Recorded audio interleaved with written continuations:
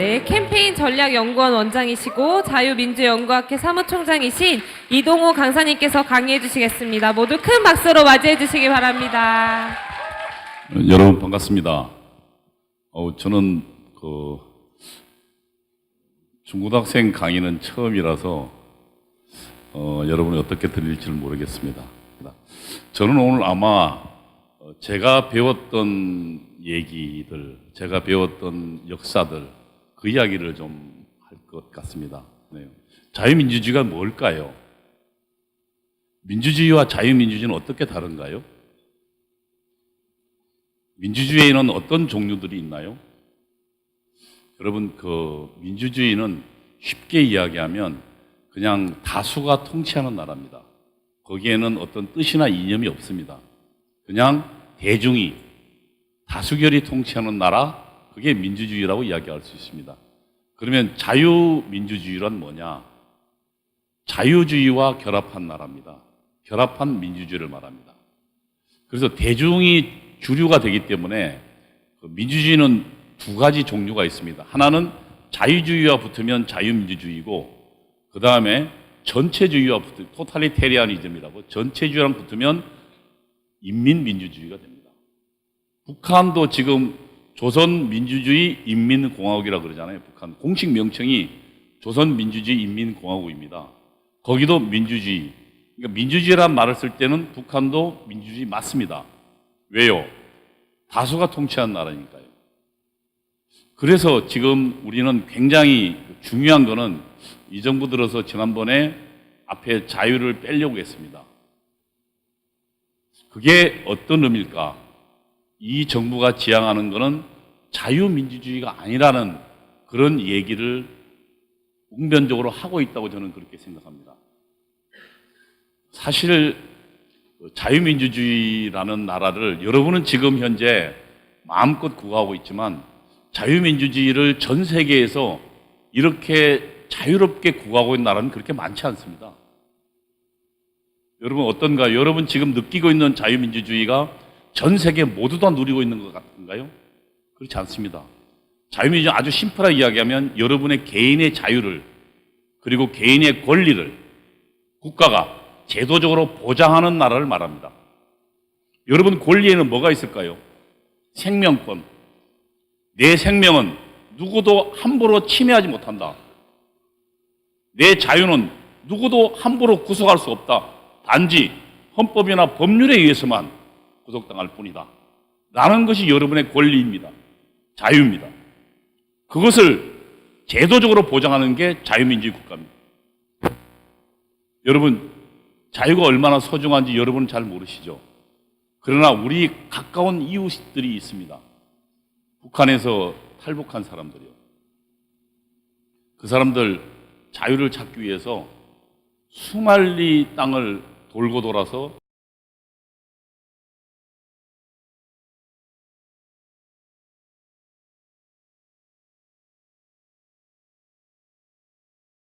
죽는 사람도 있고요. 혹은 그 외국의 사람들한테 팔려가서 몸 파는 사람도 있습니다. 그리고 병들어 죽는 사람도 있습니다. 그러나 이들이 목숨 걸고 자유를 찾아서 넘어옵니다. 현재 지금 대한민국에 3만이 넘는 사람이 탈북자들이 있습니다. 이들이 무엇 때문에요? 자유 때문에 목숨을 겁니다. 자유는 그만큼 소중한 겁니다. 그러나 이 자유는 여러분 그냥 주어졌던 것이 아닙니다. 수천 년간의 투쟁을 통해서 우리 선조들, 선배들의 수천 년간의 노력을 통해서 여러분에게 이런 자유가 부여됐습니다. 조선왕조 시대만 하더라도요, 여러분 자유 없었습니다. 자유는 딱 한 명만 있었습니다. 누구요? 왕요. 그래서 그게 봉건주의 국가라고 그럽니다. 왕만이 자유로웠습니다. 나머지는 전부 백성이자 신민이었습니다. 거기는 자유도 없었고 권리도 없었어요. 그래서 필요하면 법이 없이도 그냥 잡아서 내 죄를 내가 알렸다 때리면 맞아야 됐고, 곤장을 치면 맞아야 됐고, 죽이면 죽어야 됐습니다. 그게 여러분이 배웠던, 여러분이 알았던 조선이란 나라였습니다. 그 조선이란 나라가 지금 여러분이 누리는 자유의 나라가 됐습니다. 그냥 된 거 아닙니다. 여러분, 미국의 상선이 평양에 왔다가 불타 죽은 사건을 아시죠? 무슨 사건입니까? 예? 제너럴 셔먼 사건이죠. 거기에 한 젊은이가 타고 있었습니다. 누굴까요? 예, 토마스 선교사입니다. 이 젊은이는 영국 사람입니다. 그리고 이 젊은이가 20살에 영국에서 목사 안수를 받았습니다. 그리고 21살에 결혼했습니다. 그리고 이 젊은이는 아주 의학의 천재였습니다. 지금 보면 한 10여 10가지 정도의 외국어를 하는 머리 좋은 천재였습니다. 이 젊은이가 자신의 선교 사명을 위해서 중국으로 부인과 함께 왔습니다. 그리고 그 부인은 당신은 지금처럼 비행기 타고 오는 게 아니니까요. 영국에서 얼마나 먼 백기를 타고 왔겠습니까? 6개월 정도의 아마 여행이 소요됐어요. 근데 그 부인은 배를 타고 오다가 병들어서 죽었습니다. 어때요? 21살의 젊은이에게 최초의 청운의 꿈을 안고 선교지에 중국에 왔는데 자기 부인은 병들어 죽어버렸습니다. 그리고 이 젊은이에게 그 선교지는 그렇게 좋은 곳이 아니었습니다. 거기서 하는 일마다 실패했습니다. 그리고 그 젊은이는 토마스 선교사는 한국 조선이라는 나라를 봤습니다. 여러분, 당시 조선은요 약 8천여 명이 목에 잘려 죽던 시기입니다. 기독교를 믿으면. 그 젊은이가 몰래 조선의 지금 서해안 쪽에 상륙했습니다. 배를 타고. 그리고 거기서 한 6개월간 거기서 전도하고 살았습니다. 이 젊은이가 조선말을 배웠습니다. 그리고 다시 중국으로 갔다가 이 젊은이가 이 제너럴 셔먼호라는 배를 타고 그리고 그 배에 중국말로 된 당시 조선이 한문을 썼으니까 그러니까 중국말로 된 그 성경은 누구나 다 읽을 수 있었겠죠. 그걸 수십 권 배에 싣고 탔습니다. 물론 말을 잘하니까 통역사로 탔죠. 선교사가 아니고. 그리고 이 젊은이가 그 배를 타고 조선에 왔습니다. 평양에 도착했습니다. 물론 그 상선의 목적은 교역을 하기 위해서입니다. 그러나 당시 아시지만 대원군의 쇄국 정책을 하던 때입니다. 그래서 서양 사람들과 어떤 교역 통상을 전부 국법으로 금지하고 있을 때입니다. 그래서 거기에 분쟁이 벌어졌습니다. 서로 공방이 벌어졌어요. 그리고 그 공방 벌어지는 사이에 배는 왜 그 강대입니까? 그 밀물과 썰물 있잖아요. 그래서 거기에 배가 모래에 딱 얹혀버렸습니다. 배가 오도 가도 못하게 됐습니다. 그래서 상류에 있던 평양 그 대동강 상류에서 우리 조선 군인들이 불을 쏘았습니다. 그래서 그 배가 불타기 시작했습니다. 이 젊은 토마스라는 젊은이는 그 배에서 있을 수 없어서 뛰어내렸습니다. 그리고 성경책을 뿌려대기 시작했습니다. 그리고 이 젊은이는 감옥 그 병사에 붙였습니다. 그리고 이 젊은이는 그 병사에게 목이 잘려 순교합니다. 그 젊은이가 성경책을 수십 권을 뿌렸습니다. 그리고 이 젊은이는 그 병사의 손을 잡고 자기 목을 치는 병사의 손을 잡고 기도하고 숨졌습니다. 어떻습니까? 이 토마스라는 젊은이의 인생을 보기에는 너무나 불행한 인생입니다. 천재인 20세의 토마스라는 젊은이가 결혼해서 실패하고 왜요? 자기 부인이 죽었으니까. 그리고 선교지에서 제대로 선교하지 못하고 모처럼 한국에 선교하러 왔는데 선교해보지도 못하고 말 한마디 못하고 목에 잘려 죽었습니다. 근데 놀라운 사건이 벌어졌습니다.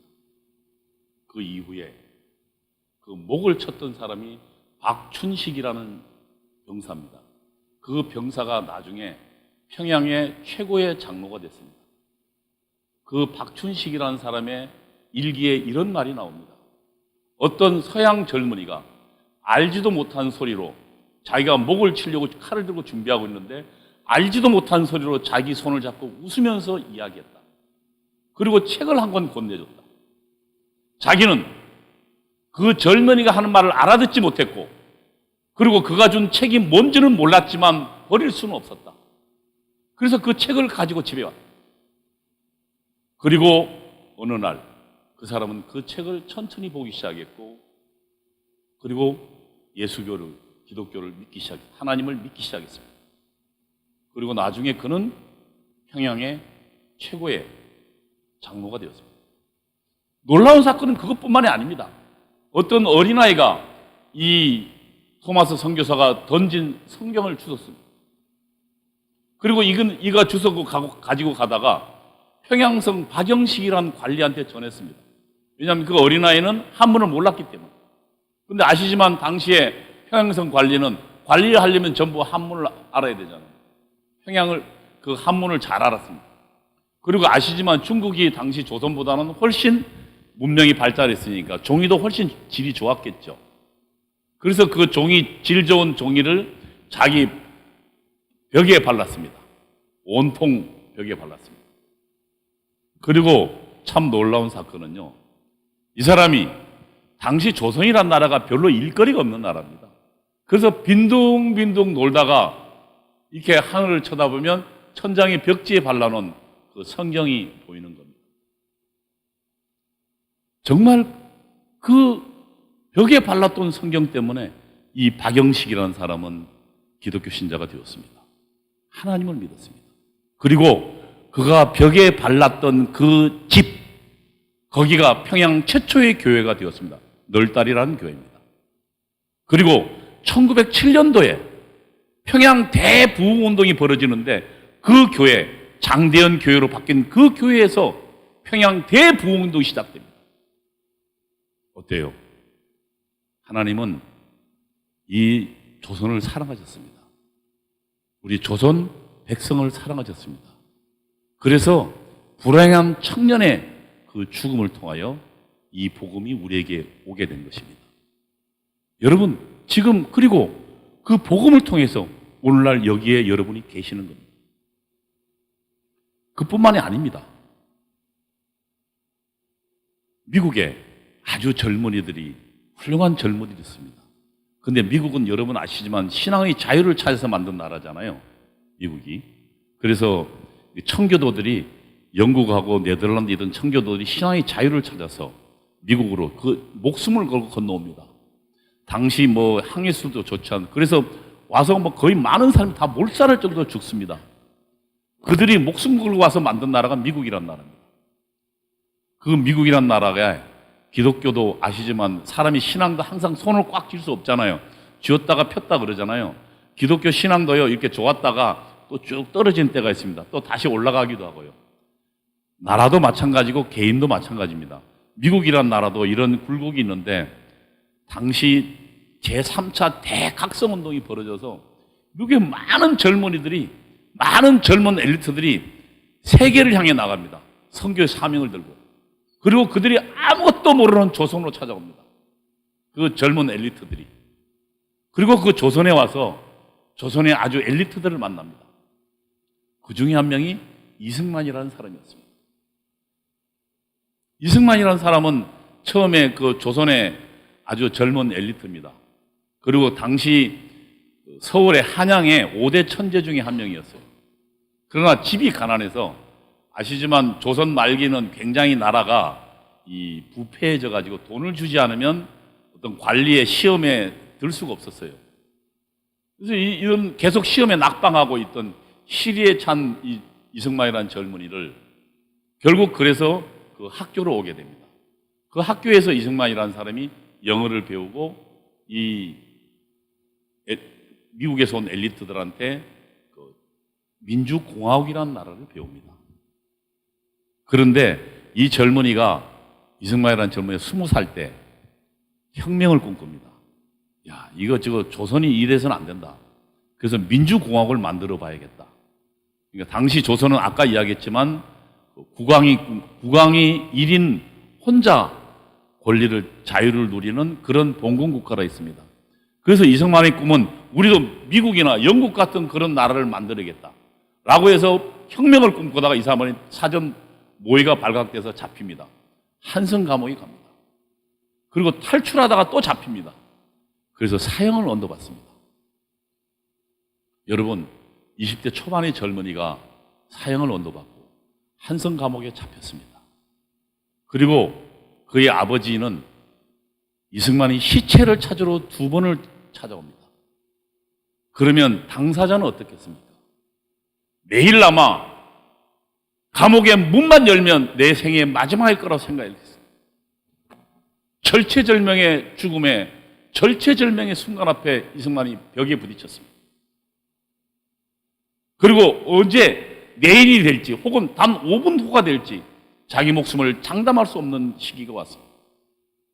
젊은 이승만이 그때 선교사들이 가르쳐준 기도문이 생각났습니다. 그래서 그 기도문을 꺼내 읽었습니다.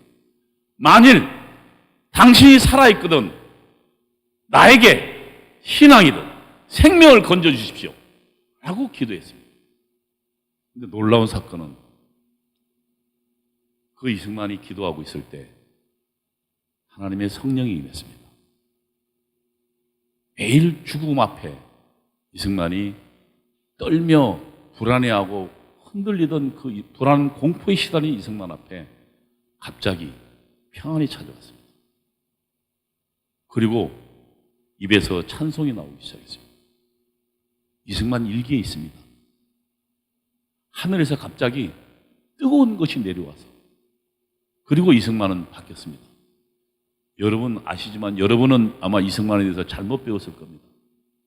그 이승만이 그래서 하나님을 만납니다.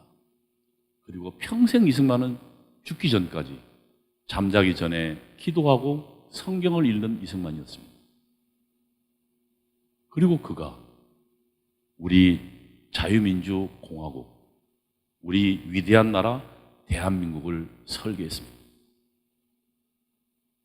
여러분, 우리가 지금 누리는 이 자유, 우리가 누리는 이 번영, 여러분 거저 얻어진 것 아니었습니다.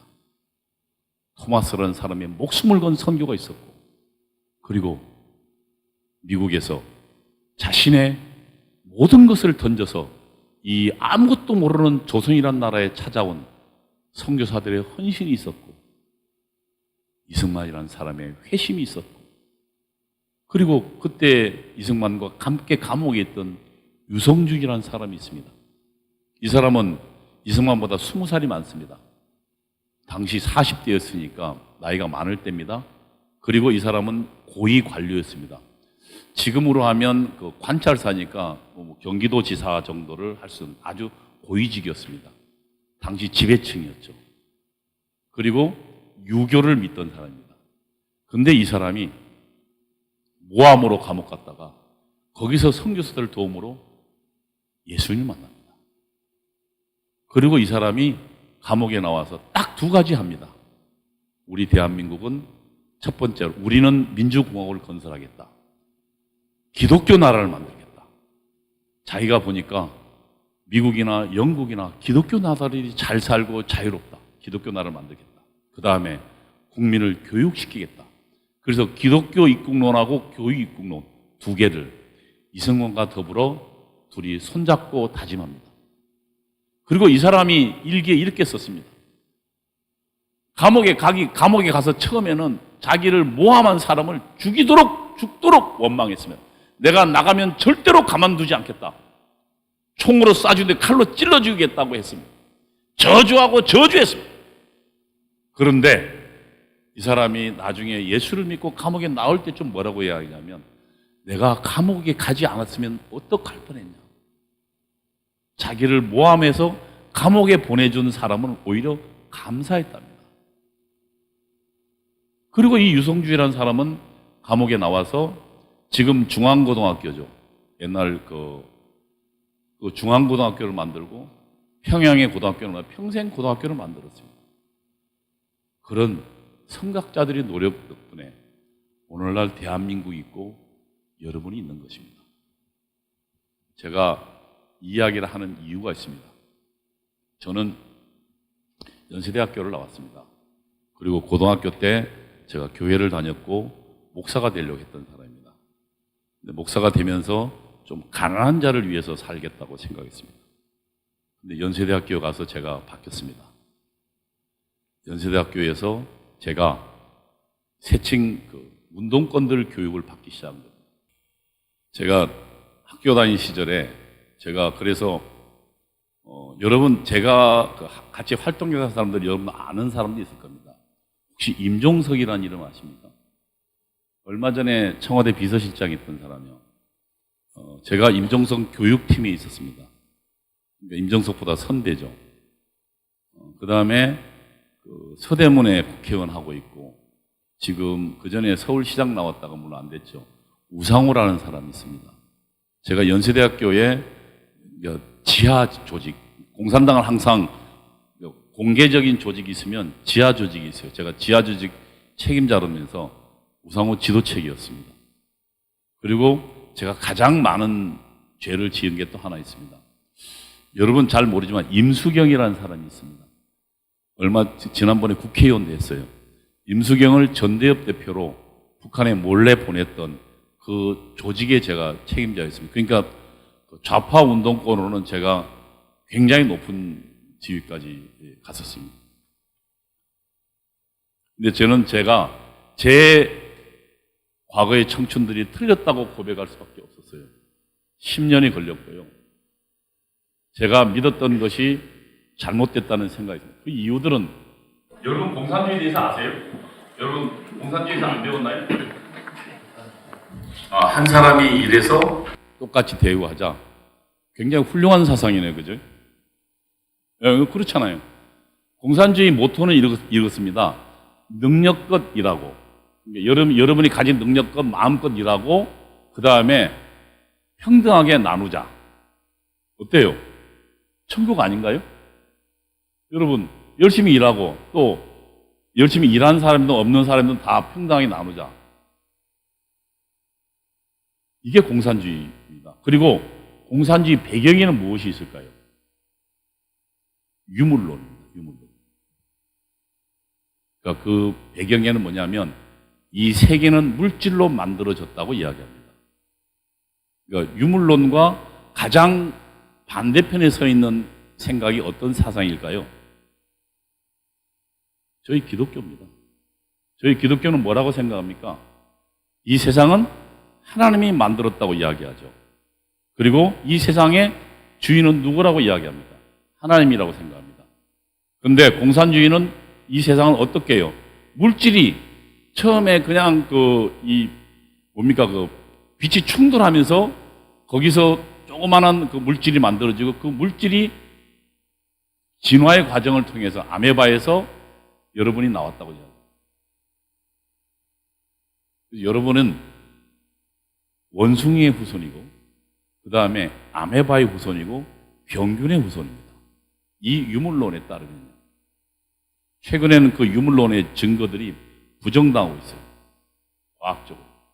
왜냐하면 우선 저희가 인간이고 원숭이고 이 중간들이 있다면 그 중간 단계도 있어야 됩니다. 화석들이요. 그렇잖아요. 화석이라는 것은 과거 수천 년간 진행되어 온 그 시체들 그리고 썩은 것들이 그대로 압착돼서 만들어진 어떤 그런 돌멩이에 새겨진 그런 그림 같은 것들이잖아요.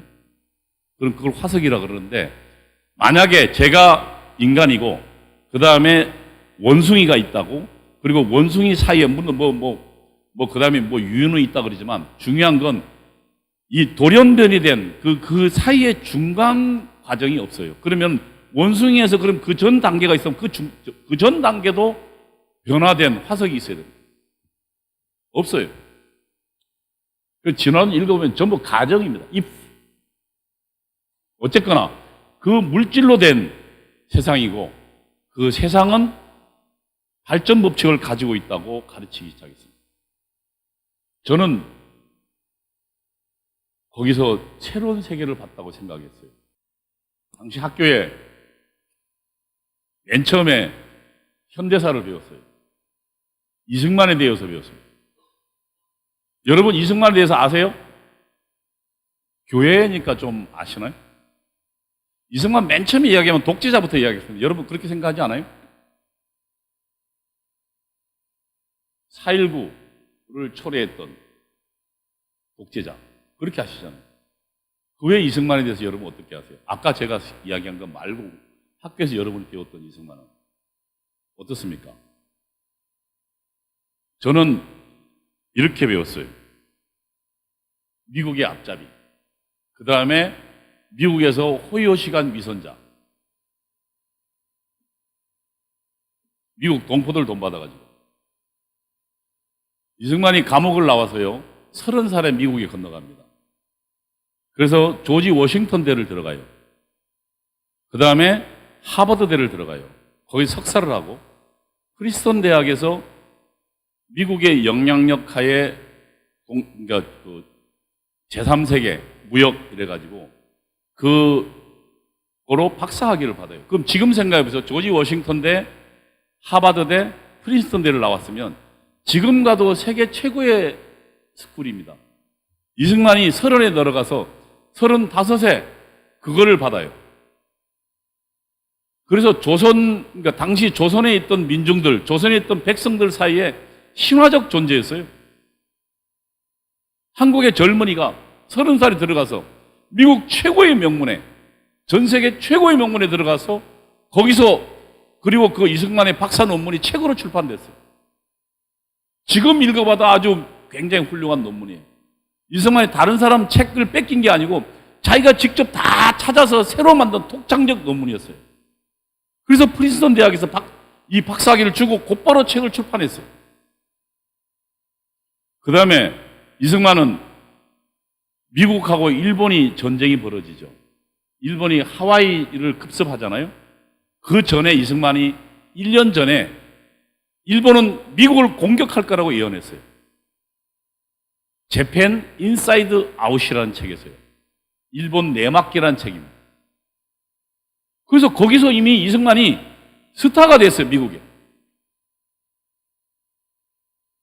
그리고 당시 그래서 조선 민중들 사이에는 이승만은 미국에 사는 대단한 젊은이가 조선을 건너가서 미국에 가서 미국 사람들을 뚫고 우수한 성적으로 박사를 받은 유명한 사람이었어요.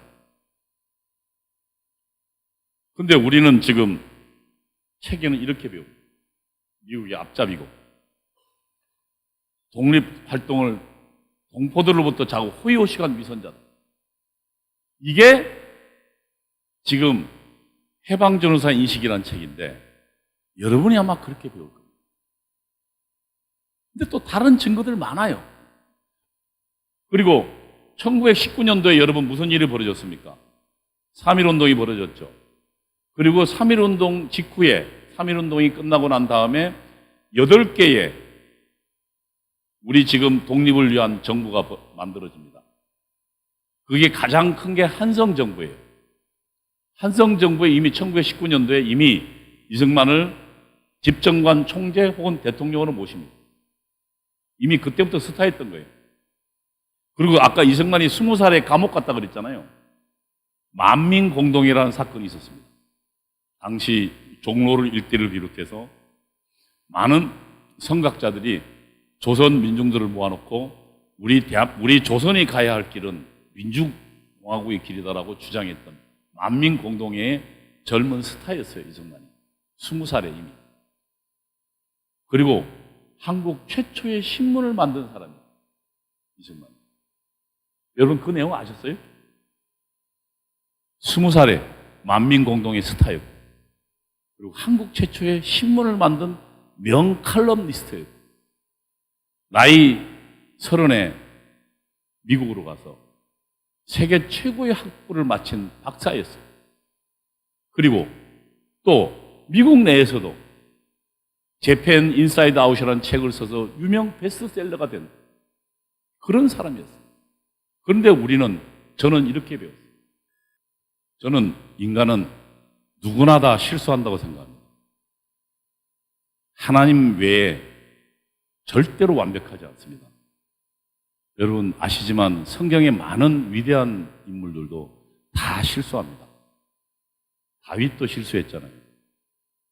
하나님께서 아끼는 위대한 왕이었지만 그 다윗이 어땠습니까? 자기 가장 길거리 가다가 아름다운 여인을 보고 그 여인이 자기 부하장수의 가장 용맹스러운 충성스러운 부하장수의 아내라는 걸 깨닫고 그 부하장수를 결국 죽음으로 사지로 몰잖아요.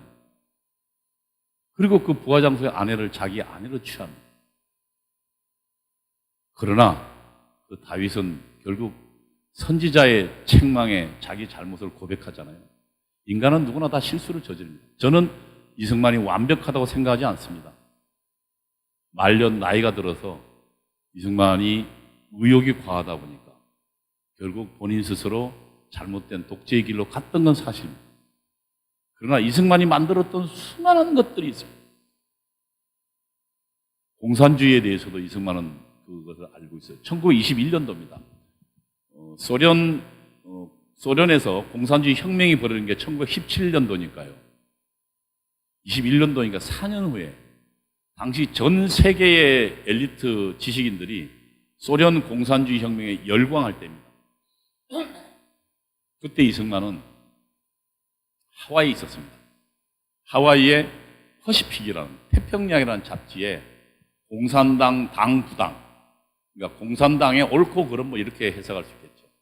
공산당의 무엇이 옳고 무엇이 그른가에 대한 논설을 써요. 거기서 공산당에서 공산당이 듣기에 치명적인 논설로 공산당을 비판합니다. 아주 심플합니다. 아까 여러분 공산당은 뭐라 그랬습니까? 열심히 누구나 다 능력껏 일하고 필요에 따라 나눠 갖자 그랬잖아요. 그럼 여러분 한번 생각해 보세요. 내가 아침 6시부터 나와서, 저도 6시 나옵니다. 8시부터 나와서 늦게까지 일하고 그래서 많이 만들었다고 생각합시다. 그 어떤 사람은 그 포도원에 있는 농부처럼 저녁 한 5시에 와서 6시 한 7시 정도까지 하고 쏙 들어가고, 물론 처음에는 열심히 일하겠지만 나중에는 어떻게 될까요? 열심히 일할까요? 일 안 해요. 왜요? 열심히 일한 사람이나 열심히 일하지 않은 사람이 똑같이 보상받기 때문에. 그게 사람이에요. 그래서 결국은 어떻게 됩니까? 나라가 전체가 다 처집니다. 그러니까 열심히 일하는 사람들은 일한 보상을 해줘야 그 사람은 그 보상을 위해서 더 열심히 일하게 됩니다. 근데 만약에요, 열심히 일하는 사람이나 그 다음에 열심히 일하지 않고 게으름 피운 사람 똑같이 나눠 갖는다 하면, 오히려 또 게으른 사람이 더 많이 갖는다 하면, 여러분 그 나라에서 여러분 일하겠어요? 머리 쓰겠어요? 안 써요.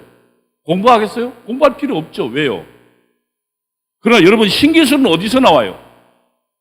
공부하고 노력하는 데서, 그리고 열심히 고민하는 데서 나와요. 그럼 공산주의 나라에서 여러분 열심히 일하겠습니까? 내가 일 안 해도 누가 다른 사람이 있을 텐데 서로 쳐다보고 서로 탓하고 말 겁니다. 소련이 왜 망한 줄 아세요? 소련이 그 이상 때문에 갔어요.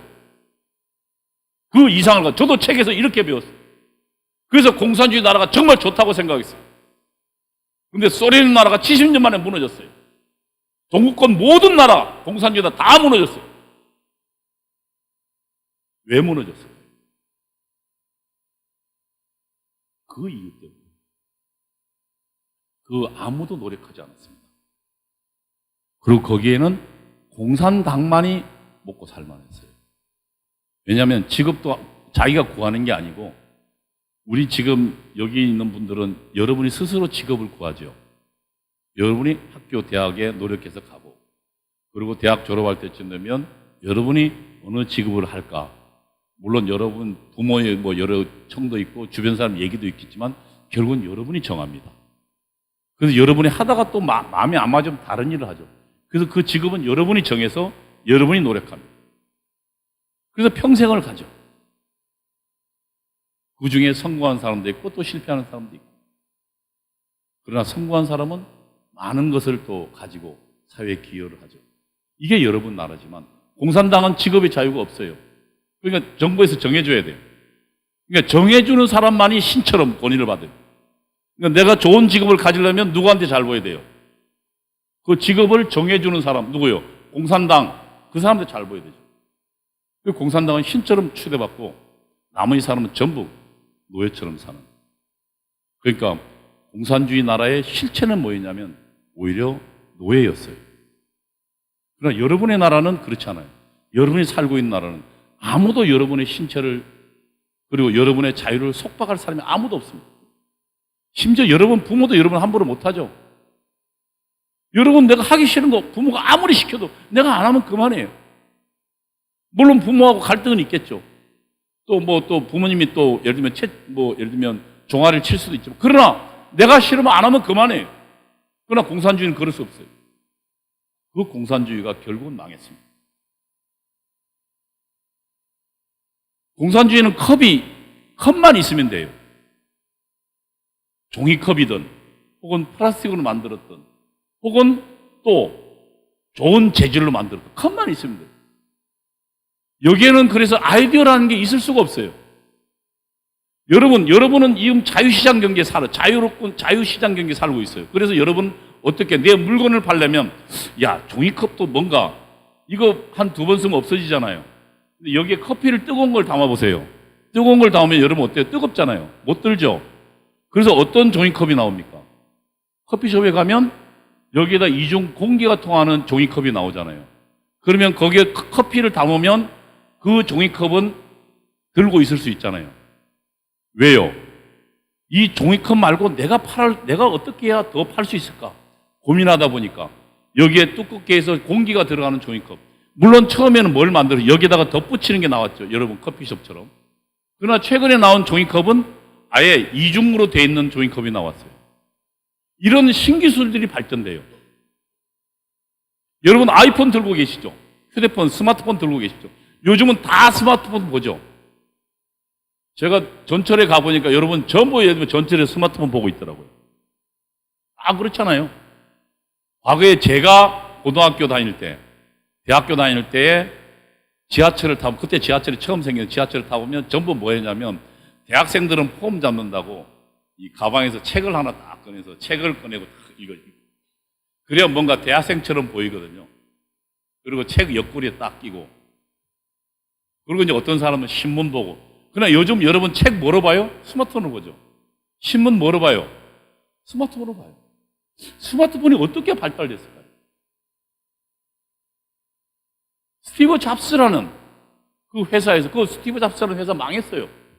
제일 처음 애플 컴퓨터 만들어가지고. 그러다가 스마트폰이라는 것을 만들었어요. 어때요? 그 회사가 살리기 위해서 아이디어를 내기 시작한 거예요. 그래서 여러분은 지금 오늘날 스마트폰이라는 정말 훌륭한 세계 최고의, 현재까지 만들어진 최고의 여러분 병기를 가지고 있죠.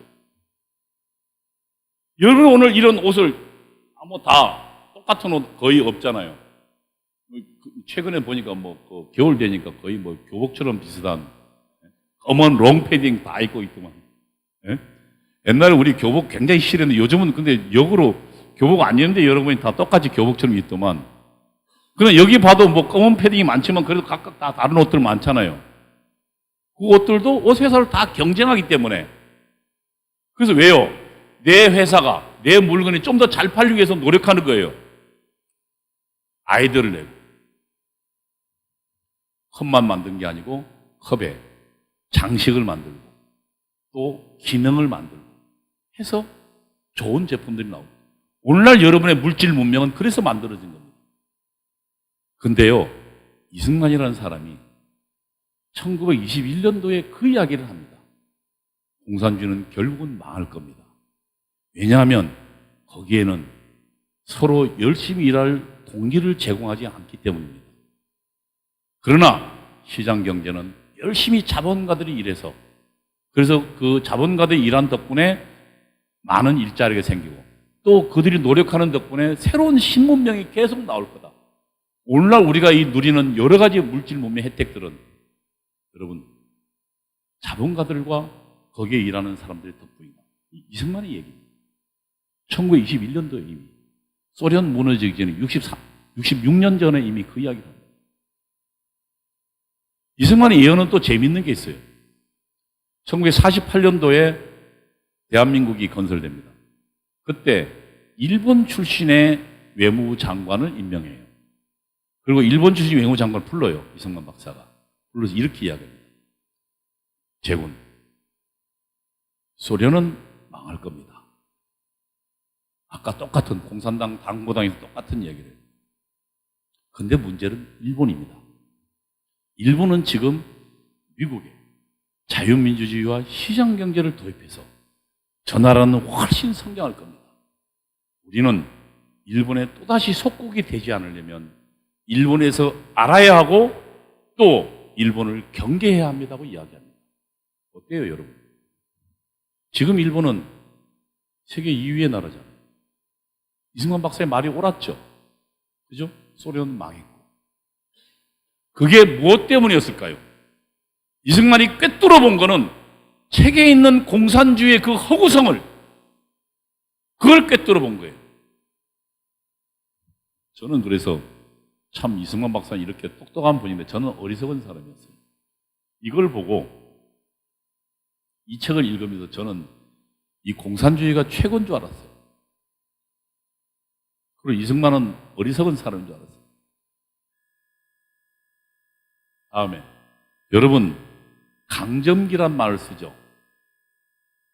강점기. 강점기는 두 개가 있죠. 어떤 강점기예요? 일제강점기. 또 하나 뭐 있어요? 미제강점기. 강점기는 북한에서 쓰던 용어입니다.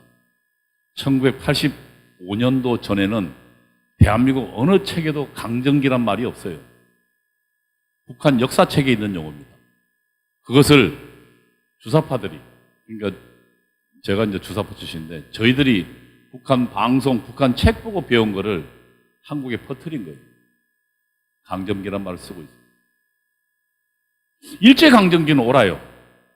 과연 미국이 그러면은 지금처럼 미국이 여러분 친일파가 장악한 나라고 그 다음에 미국이 지금 나랐나? 미국이 대한민국을 지금 점령하고 있나? 여러분 어떻게 생각해요? 지금 대한민국 미국의 속국인가요? 속국 아니죠. 세계는 저렇게 나옵니다. 일본은 저희를 점령했어요. 그런데 여러분 한번 생각해 보세요. 일본이 조선을 점령할 때 우리 조선 반도 전체에, 한반도 전체에 군인이 한 몇 명쯤 있을까 생각합니다. 일본은 당시에 거의 100만 대군에 육박했습니다. 그러니까 세계 최고의 그러니까 뭡니까 그 대포와 그 다음에 그 러시아의 그 무적 함대를 그러니까 러시아 함대를 무너뜨린 최고의 배를 가지고 있었고, 물론 항공기도 나중에 발달했지만 그런 일본과 우리 조선은 몇 명쯤 있었을까요? 한반도 전체에 한 몇 명쯤 있을 것 같아요. 그냥 생각해 보기에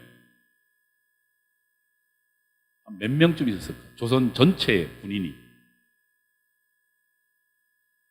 8,900명이었습니다. 상대는 만약에 최신식 무기로 무장한 기관총과 대포와 최신식으로 무장한 거의 100만에 육박하는 대군이었다면 조선은 8,900명, 그것도 중앙군, 지방군 다 합쳐서요. 궁궐, 경비대까지 다 합쳐서요. 그 다음에 최신식 소총으로 무장된 그 군인은 일개 소대병력이었습니다. 여러분, 이 나라가 먹히는 게 정상 아닌가요? 100만 대군과 8,900명의 그것도 90군대와 그 싸움이 됩니까? 그러면 조선이 망한 게 누구 책임이에요? 당시 조선의 지배층의 책임이에요. 일본 책임 아니에요. 아니 8,900명 자기 나라를 지킬 아무 생각이 없는 나라를, 당시 제국주의 시대였어요. 모든 나라가 이웃나라를 침범해서 이웃나라에 다 식민지 거느리던 그런 때였어요. 그런데 조선의 국왕은, 조선의 지배층은 당시 백성의 생과는 아무 생각 없이 8,900명밖에 없었어요. 이웃나라 일본은 100만이었어요. 누구를 탓해야 돼요? 일본인가요? 우리 조선의 지배층인가요? 국왕인가요? 고종이 계몽군주라고요? 웃기는 소리 하지 마세요. 민비요. 당시 조선의 내탕금을 3분의 1 이상을 무당들 구타하는 데 썼어요. 자료 뒤져보니까. 그래서 한강에 여러분 물고기들이 살이 쪘어요. 조선 백성들은 전부 굶주려 가는 거예요. 왜요? 민비가 하도 한강 가서 무당들 가서 굿하고 쌀 뿌리는 바람에 전 세계는 과학 문명의 발달을 통해서 신식 기관총, 여러분 그 기관총의 중국이요, 영국의 그 신식 기관총 부대에 중국이 수만 명이 몰살했어요. 당시 한 따봉따봉 쏘는데 따다다다 하니까 살아남을 수가 있겠습니까? 그런 과학 문명의 시기에 조선은 8,900밖에 없었어요.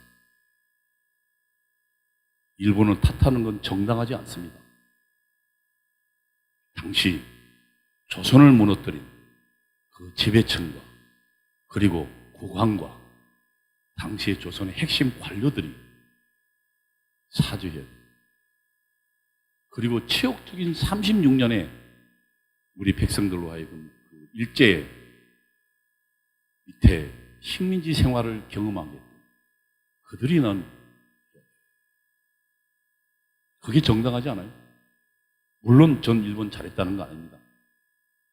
그러나 자기 나라는 자기 힘으로 지켜야 돼요. 8,900명이 말이나 됩니까? 100만 대군 앞에.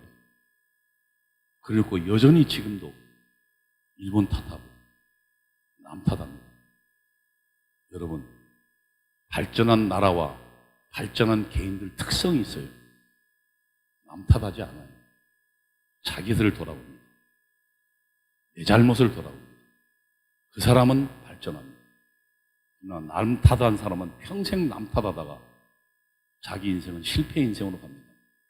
저는 여기 계신 여러 청소년 여러분이 절대로 남 탓하는 사람이 되지 않기를 기도하겠습니다. 자신의 잘못을 돌아보고 내 부족함을 자각하는 사람이 되기를 기도하겠습니다. 그래야 발전합니다. 지금 저는 대한민국의 이 잘못된 이 풍조에 대해서 분노합니다. 우리는 일본을 탓하기 전에 조선을 무너뜨린, 조선의 자주국방을 하지 못한, 그리고 다른 나라들이 선진 문명을 배워서 발전해 나갈 때 자기 나라끼리 꼭 갇혀서 조선을 결국 멸망의 길로 가게 한 지도층 탓이었는데 어때요? 대한민국이, 그래서 저는 친일파들이 장악한 나라, 제가 보기에는 조선은 무너져야 될 나라였습니다. 그리고 새로 건설된 나라였습니다. 여러분, 비숍이라는 사람이 있습니다. 비숍이라는 문성극 씨인가요? 얼마 전에 박근혜 대통령 때 총리 후보로 나섰다가 문창극 씨요. 나섰다가 낙마한 사람이 있습니다. 이 사람이 인용한 건 비숍이라는 당시 여행가입니다. 여자인데 조선을 여러 번 여행했습니다. 물론 조선뿐만 아니라 중국도 여행하고 인도도 여행했던 이 사람이요, 이상한 걸 발견했어요. 당시 조선에 와보니까 사람들이 전부 게을러 빠지고 그 사는 것이, 여러분 지금처럼 해야지만 조선 같은 경우는 옛날에 그 분뇨 시설이 없었어요. 그냥 길거리에 놓았어요. 그러니까 길거리가 어떻겠습니까? 얼마나 더러웠겠습니까? 분뇨 처리가 없으니까요. 그리고 또 이렇게 여러분 자기들 분뇨를 가지고 또 뭐 밭에다 뿌리고 또 배추 뭐 이렇게 농작물도 하고 있으니까 얼마나 나라 자체가 뭐 사람 살기 어려운 곳이라고 비숍은 봤어요. 그리고 남자들은 전부 게을러서 담배 피거나 술 먹거나 빈둥빈둥 거리고, 그래서 비숍의 눈에는 이 조선이란 나라는 도대체 희망이 없는 나라라고 봤습니다. 근데 이 비숍이라는 여자가 북한도 지금 예를 들면 만주 지역에 갔습니다. 당시 만주 지역에는 주인이 없는 나라였어요. 땅이었어요. 그러니까 중국은 만주 지역을 지배하지 않았거든요. 그리고 조선은 두만강 근처까지였으니까 그 만주 지역에는 그냥 사람들이 들어가 살았어요. 근데 거기에는 누구 착취하는 사람이 없었어요. 그 북한도 지역에 우리 조선 똑같은 조선인들이 사는데 거기는 굉장히 깨끗하고 사람들이 아주 씩씩하고 부지런하고 그 다음에 깨끗했어요. 이 두 사람이 왜 달랐냐? 라고 비숍이 썼어요. 비숍이 본 바에 따르면요. 조선에는 당시에요. 농부가 자기 열심히 일해서 추수를 거두잖아요. 80%를 착취해 나갔어요. 그러니까 우선 지주가 50% 가져가고 그 다음에 정부 관리들이 또 가져가서 그래서 자기가 100을 벌면 100을 추수를 하면 20%만 자기 몫이 됐어요. 그 상황에서 일하겠어요? 아무도 일 안 하죠. 그래서 조선은 그랬던 겁니다. 그런데 북한도는 아무도 거기에 뭐 소장료를 달라는 사람도 없었고 세금 내라는 사람도 없었어요. 그래서 거기에는 사람들이 기상이 있고 씩씩하고 깨끗했던 겁니다. 그리고 진취적이에요. 제도는 그만큼 중요해요. 조선은 그렇게 해요. 여러분이 생각한 만큼 말기 조선은 그렇게 훌륭한 나라가 아닙니다. 소수의 관리들만 잘 살 수 있는 그런 나라였어요. 이게 지금 저희는 지금 거꾸로 배웁니다. 한국 경제도 마찬가지입니다.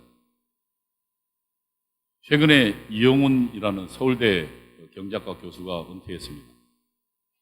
이분이 평생에 걸쳐서 자기가 연구한 결과를 2권의 책으로 냈습니다. 한국 경제사라는 책입니다. 여러분이 혹시 대학 가거든 혹은 또 관심이 있으면 여러분이 보시기 바랍니다. 이영훈이라는 교수가 쓴 책입니다.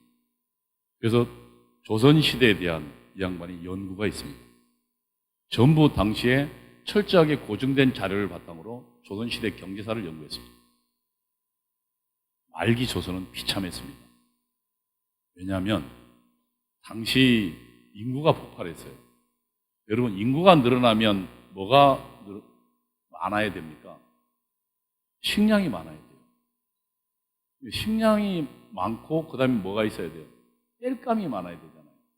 당시에는 지금은 여러분 다 보일러로 가스로 석유로 하지만 당시에는 그런 게 없었을 테니까 전부 산에서 나무를 해다가 예를 들면 연료로도 쓰고 또 겨울에 난방으로 했죠.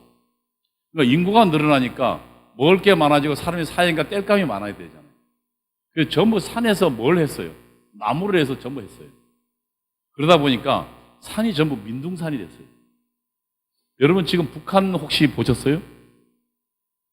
북한에 지금 중국 저쪽에 보면 두만강 건너편 쪽에 보면 중국 지역에서 북한을 쳐다보면요 산에 나무가 하나도 없어요. 왜? 전부 나무를 떼가지고 나무를 전부 전부 잘라서 땔감으로 쓰기 때문에 나무가 없으면 무슨 일이 벌어질까요? 여러분 비가 오잖아요. 비가 오면 이렇게 산에 나무들이 있어야 그 나무들이 물기를 이렇게 촉촉하게 갖고 있다가 그 다음에 그 물질이 나중에 지하수를 통해서 나오잖아요. 산에 나무가 없으면 물이 한꺼번에 왔다가 한꺼번에 싹 쓸려 내려가죠. 그럼 뭐가 나요? 산사태가 나요. 그리고 강들은 점점 어때요? 산에 물들이 계속 흙들이 자꾸 내려오니까 물길이 없어지고 강들은 하상이 높아지고 강이 제대로 흐르지도 못하죠. 그러니까 물도 제대로 흐르지 못하고 나중에 어때요? 지하수도 없어지고 그럼 지하수 없어지면 농사를 지을 물이 없어요. 그게 조선 중기 이후입니다. 조선 중기 이후에 이 인구가 굉장히 늘어나면서 조선 중기까지는 조선이 굉장히 발달했어요. 그래서 인구가 계속 늘어나면서 먹고 살만했다. 그러다가 인구가 확 늘어나면서 재앙적 상황이 오기 시작해요. 그래서 지금 조선 말기가 되면요 먹을 것이 없고 그리고 산은 전부 헐벗고요. 그러다 보니까 먹을 것도 없고 뗄감도 없는 그런 나라가 돼버렸어요. 그게 조선 말기였어요. 그러다 보니까 지주들은 어떻게 해요? 소출이 적으니까 계속 많이 가져가기. 그 다음에 나라 관리들은 자기들 그 관리가 되기 위해서 많은 돈을 주고 뒷돈을 주고 당시 관리가 됐어요. 그러니까 한 푼 자기가 들어간 돈 뽑는다고 그걸 누구한테요? 백성들한테 뽑았어요. 그래서 당시 비숍 이 조선 말기에 본 것처럼 소작의 80%를 소출의 80%를 착취해갔던 거예요. 그게 조선이었어요. 그러다가 일제에서 망한 겁니다. 우리는 역사를 명확하게 봐야 됩니다. 그래야 그 역사를 통해서 우리는 앞으로 갈 방향을 찾기 때문입니다. 여러분, 우리가 역사를 배우는 이유가 뭘까요? 인간의 문제는 실험할 수 없습니다. 자연과학은 실험할 수 있잖아요. 실험을 통해서 계속 축적되죠. 계속 쌓아나갈 수 있죠. 그걸 통해서 우리는 그 축적된 사실에 입각해서 또 새로운 사실을 더 알아나가죠. 왜? 실험할 수 있으니까. 그러나 우리 사람의 문제는 실험할 수 없어요. 죽일 수 없잖아요. 그러면 우리 사람이 어떻게 하면 앞으로의 길들을 예비하고 할 수 있을까요? 우리 선배들이 살아왔던, 선조들이 살아왔던 기록들, 역사를 통해서 우리는 추론하는 겁니다. 사고하는 거예요. 그래서 역사를 통해서 그 사람들이 잘했던 것, 잘못했던 것을 우리는 사고하면서 잘했던 건 개성하고 잘못된 것은 우리가 어때요? 다시 개선하면서 우리가 발전하는 거예요. 역사를 배우는 이유는 거기에 있어요. 남 탓하라고 역사 배우는 거 아닙니다. 개인사도 그렇고 국가사도 마찬가지예요. 우리가 앞으로 나아가는데 무엇이 도움이 될까? 역사를 통해서 교훈을 배울 수 있기 때문에. 우리는 다른 걸 통해 배울 수가 없어요. 사람의 문제는 실험할 수 없기 때문에. 잘못된 것을 배웠다가는 우리는 거기서 교훈을 얻지 못합니다. 조선 패망사의 제대로 된 우리 실상을 알지 못합니다. 근데 거기에 절묘한 하나님의 역사가 있었던 거죠. 선교사들이 당시 그 조선이란 정말로 아시지만 볼 것 없는 나라였습니다. 거리에 뭐 정말 분노가 넘치고 생각해 보세요. 아마 길거리에 이렇게 온갖 사람들이 그 인간의 분노와 그다음에 동식물들 분노들이 다 넘치는 그런 거리를 한번 상상해 보세요. 거기에 누가 살고 싶겠어요? 여러분들은 거기에 가라면 갈 수 있겠습니까? 지금 아프리카보다도 훨씬 못한 나라였을 거예요. 그나마 아프리카는 요즘 그래도 상황이 좀 나아졌잖아요. 거기에 그 냄새가 나서 아마 살 수가 없었을 거예요. 저도 못 갈 겁니다. 그런 나라에 미국이란 나라의 최고의 엘리트들이 영국의 최고의 엘리트가 조선으로 찾아옵니다. 뭐요? 하나님 복음 좀 세계 만방에 전하를 하니까 이들이 미국이란 나라에 호요식할 수 있음에도 불구하고 조선이란 나라에 그 더럽고 불결한 나라에 찾아와요. 아무것도 모르는 남 놓고 기억자도 모르는 사람이 90% 이상입니다. 그 나라에 와서 이들이 그 조선 백성들을 가르치고 일깨웁니다. 거기에 지도자들이 나옵니다. 그래서 그들에게 신앙이 뿌려져요. 그 신앙도 기가 막히게 뿌려집니다. 여러분, 일본하고 중국하고 붙어요. 청일 전쟁이. 전쟁이 벌어지면 사람이 죽으면서 전염병이 퍼져요. 그래서 당시에 양반의 자제들도 전염병에 걸리면요, 살릴 방법이 없잖아요. 당시 그 조선의 왕비부터 무당굿하고 있었으니까 병에 뭐 어떻게 걸린지 알겠어요? 그런데 미국에서 그 잘 나가던 선교사들이, 의사들이 한국에 와요. 이들이 목숨을 걸고 병든 사람을 진료해요. 상처를 입으로 빨아내고 그 죽음을 두려워하지 않고 이들이 그 길거리에 벌어진 사람들을 간호하고 치료해요. 그것을 본 조선 백성들이 도대체 저 사람이 믿는 신앙이 뭐냐? 관심을 갖기 시작해요. 그래서 우리나라에 신앙이 많은 사람들에게 퍼지게 됐어요. 이화여대 있잖아요, 이화여대. 여러분, 그냥 이대가 생긴 게 아니에요. 당시 여자애들은 조선에서는 사람 취급을 안 했어요. 여러분, 지금 여자들 얼마나 살기 좋은 줄 아세요? 남자만 사람이었고 여자는 사람 취급 안 했어요. 근데 여자들을 내다 버렸어요, 병드니까. 그리고 뭐 어디에 뭐 질병이 있거나 또 혹은 기형으로 태어나거나. 그 내다 버린 여자애들을 주워다가 서양 선교사들이 그들을 기르기 시작했어요. 이들을 가르치기 시작했어요. 그게 이화여대. 그게 학교가 됐어. 그리고 그게 대학까지 발전했어요. 여러분, 이게 지금 그냥 만들어진 게 아니에요. 그 선교사의 눈물겨운 헌신의 노력들이 여러분 오늘 만든 거예요. 그래서 신앙이 뿌려지고 거기서 우리가 태어난 거예요. 자꾸 옆길로 갔는데 제 이야기를. 그래서요, 자주적 발전의 길은 없었어요. 거짓말이에요. 조선은 당시 지금 기록에 따르면요, 스스로 발전할 수 있는 망해가고 있었어요. 그래서 어느 날 갑자기요, 축복처럼 우리에게 해방이 왔고, 해방도 우리 힘으로 여러분 한번 생각해 보세요. 물론 우리 선조들이 일제 망한 초장기에는 굉장히 노력했어요. 그래서 만주골판에 가서 노력했어요. 그러다가 일제에 저항해서 전부 몰살했어요. 그리고 일제 말기에 1930년도 이래로 일본에게 저항한 흔적이 없어요.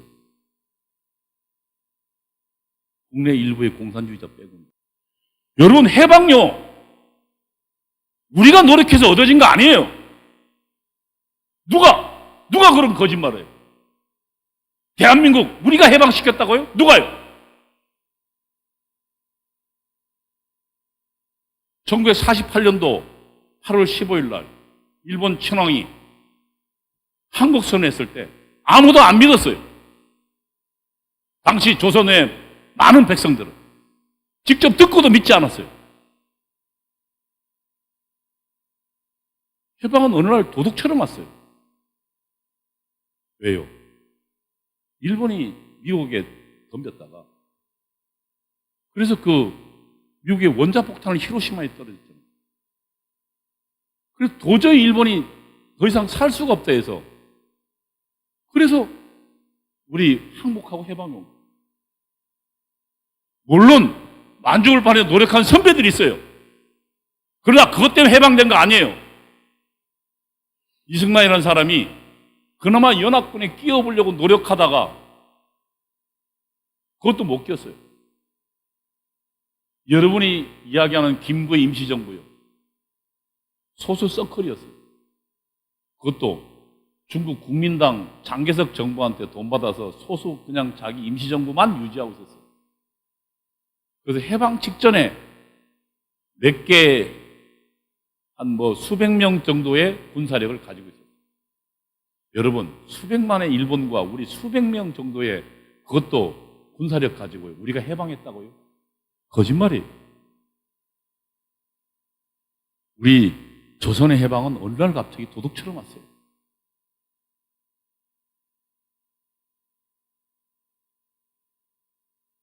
우리 선조들 물론 노력한 사람들 있죠, 목숨 걸고. 그러나 테러도 하고 했지만 그것 때문에 해방된 거 아니에요. 해방은 미국 덕분입니다. 우리는 정확하게 알 건 알아야 돼요. 그래야 그런 치욕 역사를 다시 반복하지 않죠. 거짓으로 배워서 어떻게 우리가 그 치욕을 극복하고 새로운 자기 힘으로 서는 나라가 되겠어요? 거짓말을 배워서 되겠어요? 우리 힘으로 해방하지 않았어요. 우리는 한 게 없어요. 어느 날 갑자기 도둑처럼 우리에게는 왔어요. 그게 1945년도 8월 15일 조선 민중들의 반응이었어요. 그러나 그 해방은 우리에게 축복이었어요. 그리고 하나님은 우리에게 선각자들을 준비해 주셨어요.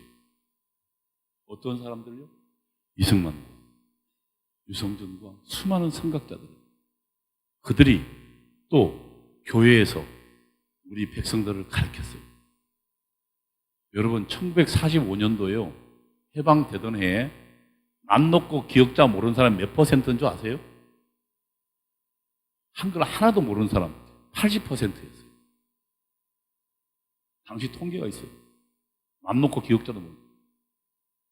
그런데 이승만이라는 사람이 물러나던 해 1961년도입니다. 당시 대한민국의 대학 진학률이 영국을 능가하기 시작합니다. 여러분 산업혁명이라는 게 있잖아요. 기계도 만들고 뭐 물건을 만들면 공업화. 그거요 난 놓고 기억자 몰라가지고 산업혁명 몰라요. 기계를 어떻게 만들지도 모르는데. 그런데 그 이후에 우리 백성들이 영국을 능가하는 대학 진학률을 가지면서 산업화를 이루어내요. 그리고 우리에게는 민주공화국이라는 제도가 만들어졌어요. 48년도에. 그래서 여러분 백성이다가 조선시대는 백성이었어요. 아까 백성은 뭐라 그랬습니까? 자유와 권리가 보장받지 못한다 그랬어요. 여러분이 지금 자유민주공화국에서 뭐가 보장받는다고요? 자유와 권리가 보장받아요. 어떤 자유예요? 내 생명과 내 신체를 아무도 속박하지 못할 자유가 그리고 그 권리를 보장받잖아요. 어디에서요? 법률과 헌법으로 국가가 제도적으로 보장해줘요. 그 축복으로 오늘날 여러분은 지금 여러분 외국에 나가보셨죠? 대한민국 그렇게 작은 나라 아닙니다. 세계 10위의 경제대국이에요. 5천만 이상의 그 국민을 갖고 있는 나라 중에요. 전기, 조선, 자동차, 철강, 전자 이런 걸 한 나라에서 세계 5위권의 그런 기업을 갖고 있는 나라가 전 세계 몇 군데 없어요. 미국, 독일, 일본 그 다음에 어딘 줄 아세요? 대한민국입니다. 여러분 오늘날처럼 도둑처럼 와서 그러나 그 도둑처럼 온 나라는 자유민주공화국으로 만들어지고 시장경제로 만들어지고 그 훌륭한 선배들 도움으로 여러분이 이 세계 10위의 나라에 살고 있어요. 그리고 우리가 만약에 인구가 좀 더 늘어난다고 그리고 통일이 된다면 우리는 세계 2위의 경제대국이 될 가능성이 있는 나라다. 그 나라에 여러분 살고 있습니다. 이 위대한 선배들이 만든 이 자랑스러운 대한민국을 아시지만 조선의 나라에 절망의 나라에서 아프리카 가나보다 못한 나라에서 세계 10위로 만든 우리 선배들 덕분에 여러분이 있으면 여러분에게는 꿈이 있어야 돼요. 미국에 능가하는 나라 그리고 세계 신앙을 전파하는 나라. 여러분 점점 미국은 엉뚱한 나라로 가고 있어요. 신앙이 점점 옅어지고 있어요. 물론 아직도 미국은 기독교가 강하지만 전 세계에서 선교사를 가장 많이 보낸 나라가 미국이고 그 다음이 대한민국입니다. 여러분 경제가 부흥한 건 중요하지만 그보다 훨씬 더 중요한 건 우리가 공짜로 받은 이 신앙을 아직도 모르는 세계에 퍼뜨릴 그 중요한 책무를 여러분에게 가지고 있습니다.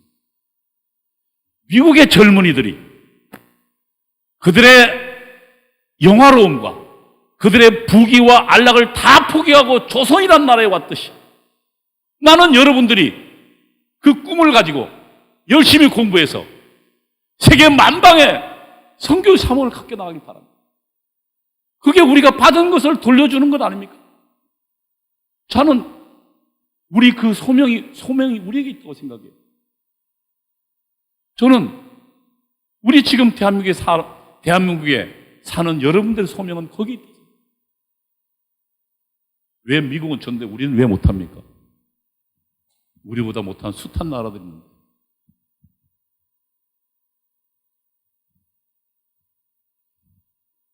제가 좀 너무 자꾸 흥분해서 자꾸 얘기해요. 사실은 이 얘기들이 한 학기 정도 해야 될 숱한 얘기들이 들어있거든요. 왜냐하면 한국의 경제사, 현대사, 그 다음에 또 여러 얘기들이 섞여 있는데 어쨌든 1시간 한 30분 정도 하라니까 어쨌든 조금 더 해보겠습니다. 여러분 이거 그림 봤죠? 금성출판사에서 있던 책 현대사 제일 처음에 나와 있던 겁니다. 여기에 이 그 1장기 올라간 거를 1장기가 내려오니 성적에 올라가다. 제가 배웠던 곳에서는 대한민국은 미국의 식민지가 됐다. 그건 사실 아닙니다. 거짓말입니다. 한국 경제에서도 마찬가지입니다. 여러분 이거 소련 포고문 한번 보세요. 미군 사령관 포고문요. 여러분 책에 있을 겁니다. 고등학교 현대사 책에 있어요. 북이 38도선 이남의 조선 영토와 조선 인민에 대한 통치의 모든 권한은 당분간 본관의 권한에 시행한다. 이게 지금 미 8군 사령관의 포고문이에요. 그 다음에 그 밑에 소련 포고문 보세요. 조선인민들이여 기억하라. 행복은 여러분의 수중에 있다. 여러분들은 자유와 독립을 찾았다. 이제 모든 것은 여러분에게 달렸다. 붉은 군대는 조선인민이 자유롭게 창조적 노력에 착수할 만한 모든 조건을 만들어 놓았다. 조선인민은 반드시 스스로 자기 행복을 창조하는 자가 되어야 할 것이다. 여러분 이 두 개만 보면 어때요? 누가 점령군이고 누가 해방군이에요? 아무 맥락 없이 이것만 보면 소련이 훨씬 우리에게 해방군이죠. 여러분 지금 그것만 보고 있는 거예요. 그러나 과연 그럴까요? 소련은 이미 당시에 공산혁명을 위해서 제3세계 나라들의 그러니까 조선 같은 식민지 있던 나라들의 식민지 투쟁을 지원했어요. 돈도 되고. 그래서 식민지 나라에 대해서 많은 지식이 있었어요. 근데 미국은 식민지를 한 번도 가져보지 못했어요. 그래서 식민지를 어떻게 했는지 몰라요. 어느 날 갑자기 미국이 조선에 온 거예요. 그래서 이렇게 포고문이 하지중장 포고문하고 이 스티크포 대장 포고문 이렇게 다른 거예요. 그러니까 이것만 보면 안 돼요. 여러분 지금 남북이 분단됐습니다. 분단의 책임 누구에게 있다고 생각하세요? 책에서 배운 대로 한번 이야기해 보세요. 예? 미국에 있다 그러죠. 왜 근거가 뭔가요? 38선은 끄은 게 미국이라고 그러죠. 그죠? 그래서 미국이 책임이 있다 그럽니다. 그 다음에 또 책임 있는 사람이 또 있죠. 누구요? 이승만이라고 배우지 않았나요? 예. 그래서 미국이 애초에 조선을 분할 점령하기 위해서 미국이 38선을 제안했고, 그 다음에 거기에 편승한 이승만이라는 사람이 1946년도에 정업반을 통해서 남쪽이라도 단독 정부를 만들자고 제안함으로써 분단이 됐다고 이야기해요. 그게 사실인가요? 한번 따져봅시다. 최근에요, 소련이 무너졌잖아요. 소련이 무너지고 지금 소련 대신에 러시아가 들어섰잖아요. 소비에트 공화국이 무너졌어요. 그래 거기서 무너지면서 스탈린, 그러니까 소련 당시의 절대적 지배죠. 스탈린의 비밀 문서가 해제됐어요. 그래서 일본 마이니치 신문이 1990 몇 년도인가요? 그 마이니치 신문에서 이거를 입수해서 단독 보도했어요. 스탈린의 비밀 문서를요. 거기에 보면요, 1945년도 9월 20일인가요? 9월 20일 날 소련의 스탈린이 북한에 이 포고문을 만든 이 대장한테 이야기합니다. 38선 이북의 단독 정부를 구성하라고. 그럼 분단의 책임 누구이겠나요? 소련에게. 그래서 소련은 이미 1945년도 10월 달에요, 북조선 임시인민위원회를 만들고 거기서 정부를 조직합니다. 그리고 전부 그 돈을 걷어요. 그리고 새로운 화폐를 만들어요. 여러분, 돈을 새로 찍어낸다는 건 뭐예요? 정부가 들어섰다는 얘기죠. 단독 정부가 언제 만들어졌다고요? 그래서 1945년 11월에 이미 만들어져요, 북한에서요. 그러니까 9월 20일 날 소련 스탈린, 소련의 절대적 지배자가 북한, 북조선 38도선 이북에 단독 정부를 구성하라고 지시하고, 그건 이미 기밀문서에 나와 있는 거거든요. 아무도 빼도 박도 부정 못해요. 그 다음에 어때요? 11월에 단독 정부가 구성됩니다. 미국은 여기에 관심이 없었어요. 조선이 뭐 하는지 잘 몰랐고. 그럼 왜 38선을 제안했냐? 아주 간단해요. 군사활동 경계선으로 제안했습니다. 베를린 같은 경우도 군사활동 경계선이 있었고요. 몇 군데, 그러니까 연합군이었잖아요. 당시에 미국하고 소련이요. 지금 당시는 적대국이 아니었습니다. 독일에 대항하던 연합군이었어요. 그러니까 지금 반도에 들어오니까 둘이 연합군이 반도에 들어오니까 활동을 제안했어요. 근데 정말 대단한 게 그래서 그 클라크라는 미국 육군성의 대령이 그 제안을 해요. 38선을 활동 경계로. 근데 소련이 덜컥 받아요. 근데 대단히 재밌는 거는 48년, 그러니까 45년도 그 8월 7일 때 이미 소련군은 원산에 들어와 있어요. 소련군 원산, 그 북한 원산에 이미 들어와 있어요. 소련군은. 그리고 미군은 어디 있었냐? 오키나와에 있었어요. 약 1000km 바깥에 있었어요. 그러니까 생각해 보세요. 여러분, 그냥 소련이 그냥 밀고 내려오면 어떻게 됩니까? 그냥 이 한반도는 소련 땅이 돼요. 근데 미국 육군성에서 제안할 때 소련이 받을 줄 아무도 몰랐어요. 그래서 38선을 제안하니까 소련이 덜컥 받았어요. 최근에 그 받은 이유가 밝혀졌어요. 왜? 소련은 일본이 탐이 났어요. 그리고 만주가 탐이 났어요. 그래서 막바지에 그 9월 초죠. 45년 9월 달에 그 미국하고 소련 외상 이 회담을 벌입니다. 거기서 그 요구를 해요. 만주하고 일본하고 그 다음에 일본을 나눠 갖자 그러고 만주를 달라 그러고 그 다음에 저쪽에 그 대서양에 있는 그 나라를 나눠 갖자 그래요. 미국이 거절해요. 그래서 거절 직후에 9월 20일자로 스탈린이 북조선에 단독 정부를 구성하란 겁니다. 여러분, 그때 만약에 원산에 있던 소련군이요 그냥 쭉 밀고 내려왔으면 여러분 자유란 걸 구경도 못했을 겁니다. 여러분은 북한에 있는 사람들과 똑같이 살았을 거예요. 여러분, 지금 현재 북한은요 평균 키가 지금 우리 대한민국 학생들보다 10cm 정도 작아요. 왜? 성장할 때 못 먹어서요.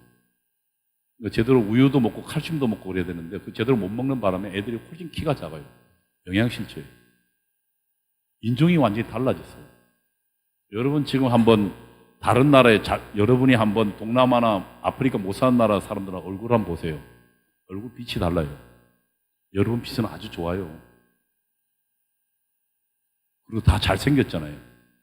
영양이 좋으니까. 그리고 키도 크죠. 지금 여러분 키가요 전 세계에서 작은 키가 아닙니다. 우리 대한민국 키가요. 일본보다 우리가 훨씬 크고 일본 옛날부터 외놈이라 키가 작다 해서 외놈이었으니까. 그 다음에 유럽에서도요 네덜란드나 왜 과거에 그 바이킹 후예들 빼고는 그 이탈리아나 그 그 뭡니까 그 포르투갈 이쪽 나라하고 여러분 키가 비슷해요. 여러분 키도 크고 신체도. 얼마 전에 제가 동남아시아 뭐 나라들하고 우리 한국 그 청소년 축구를 하는데 봤는데 동남아시아 축구 대표들이 우리 청소년들 어깨에 오더라고요. 키가. TV 한번 보셨어요? 동남아시아들이 이렇게 어깨에 와요. 그만큼 잘 먹고 여러분 생활이 좋아서 여러분 훨씬 키가 큰 겁니다. 북한은 지금 거기에 못 미쳐요. 그런 나라가 됐어요. 이게 지금 어떤 차이냐? 그러면 애초부터 북한이 못 살았냐? 그렇지 않아요. 북한에 수풍댐이라는 댐이 있었어요. 그다음에 일본이 모든 그 발전 시설과 모든 공업 시설을 다 북한에 건설해 놨어요. 그래서 1974년도까지 우리가 북한보다 못 살았어요. 우리가 역전되기 시작한 게 1974년도부터예요. 하늘과 땅의 지금 차이가 벌어요. 지금 대한민국 국력이 북한의 50배입니다. 그런데 이 차이가 뭘까요? 자유의 차이. 하나는 자유가 있고 하나는 자유가 없는 나라가 오늘날 하늘과 땅 차이의 천지개벽의 차이를 만들어 놓은 거예요. 북한은 자유가 없어요.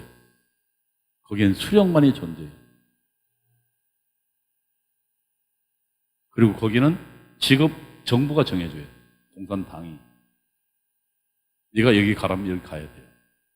마음대로 직업 선택의 자유가 없고요. 거주 이전의 자유도 없어요. 평양에 아무나 못 삽니다. 허가받은 사람들만, 특권층만 살아요.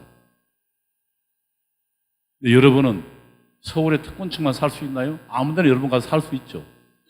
물론 좀 땅값이 막 비싸서, 예? 비싸서 좀. 그렇지만 뭐 이렇게 여기서 출퇴근하면 되잖아요. 예? 거기서 일하고 저녁엔 또 멀리 오고 이러면 되죠. 그러나 북한은 함부로 여러분 평양 들어가려면 허가증이 있어야 돼요. 자유의 차이가.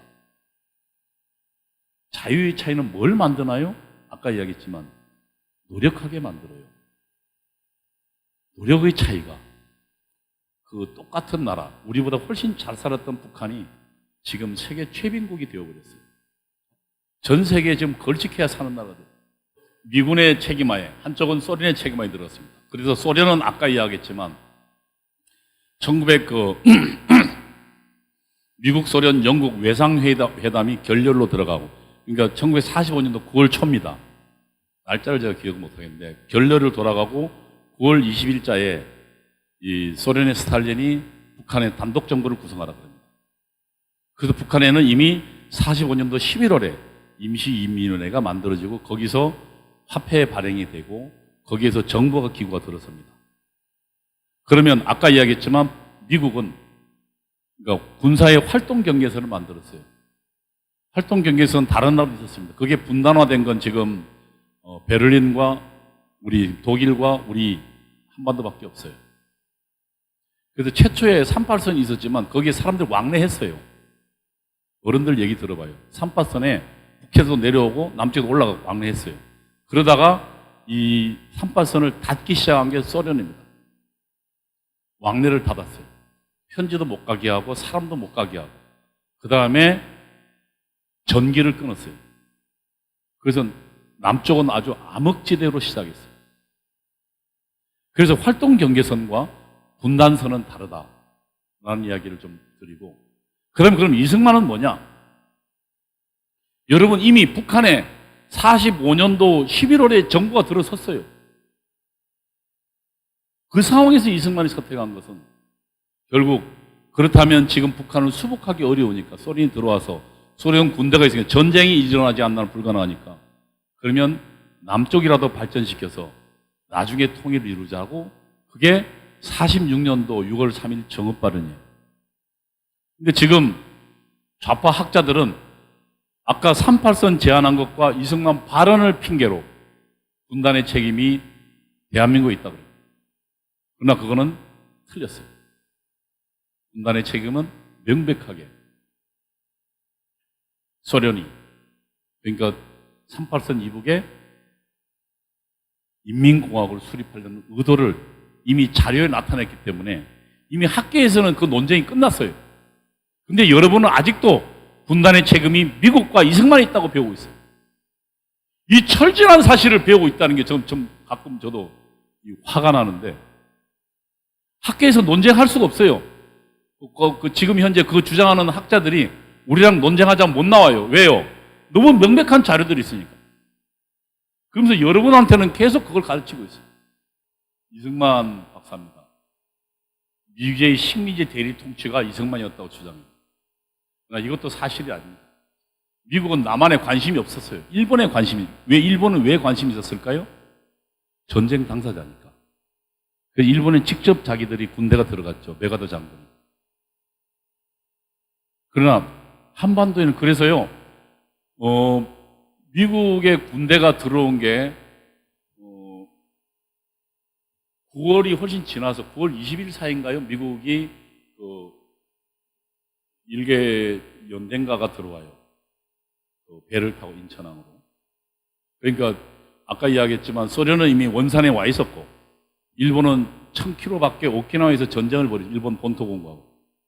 그러고 있다가 38선 제안을 받아들이니까 그래서 미국 군대가 1945년도 9월 달에 들어와요. 그것도 많은 수가 들어온 게 아니죠. 그랬다가 전쟁 직후에 몇 명 군사 고문단 빼고 전부 미국에 다 철수해버려요. 그래서 이승만이라는 사람 미국 군대 나가지 말라고 미국 가서 뭐 협박하고 공갈하고 하지만 미국 나가버려요. 왜? 자기는 조선에 이해관계 없다는 거죠. 미국이 다시 들어온 건 어때요? 6.25 전쟁이 벌어지고 들어온 거예요. 그러니까 두 번 들어온 거예요. 그러니까 맨 처음에 왔다가 나가버리고 그 다음에 6.25 전쟁이 벌어지니까 들어온 거예요. 6.25 전쟁도요, 정말 기가 막힌 이유가 있어요. 미국이 참전하는 거예요. 당시 트루만 대통령이 좌파라는 공격을 받고 있었어요. 오늘날처럼 거기는 뭐 본래가 좌파지만 트루만 대통령이 좌파라는 공격을 받고 있었어요. 근데 그 사이에 이 한반도에서 전쟁이 공산당이 내려온 겁니다. 그래서 트루만은 이 전쟁을 자신이 공산당이 아니라는, 좌파가 아니라는 것을 과시할 목적이 하나 있었어요. 그 다음에 또 중요한 기록 중에 하나는 빌리 그레엄 목사님이 새벽에 트루만 대통령에게 전화를 합니다. 거기에는 기독교 신자들이 있습니다. 당신 대한민국을 절대로 버리면 안 됩니다. 라고 간곡하게 빌리 그레엄 목사님이 그 트루만 대통령에 직접 전화를 합니다. 여러 이유 때문에. 그래서 3일 만에 참전이 결정돼요. 이 참전도 전 제가 볼 땐 불가사입니다. 미국이 원래 한국에 관심 없었으니까요. 그냥 뭐 적화되든 말든 그냥 내버려 두면 돼요. 근데 미국의 해필 트루만은 그 당시 미국의 민주당이 좌파라는 공격을 받고 있습니다. 자기가 좌파가 아니라는 걸 증명하려면 어떻게 해야 돼요? 공산당과 싸우는 모습을 보여야 돼요. 그래서 3일 만에 결정하고, 그리고 당시에 미국의 기독교의 리더였던 빌리 그레엄 목사가 어때요? 그 조선 말에 선교사들 노력으로 한반도에 기독교가 들어왔잖아요. 그리고 1907년 대부흥운동이 벌어지잖아요. 이승만 말기에 한 100만까지 늘어나요. 이승만 박사가 평생 기도한 게 기독교인 100만만 있으면 좋겠습니다. 근데 그가 물러나던 해에 100만 기독교인이 됩니다.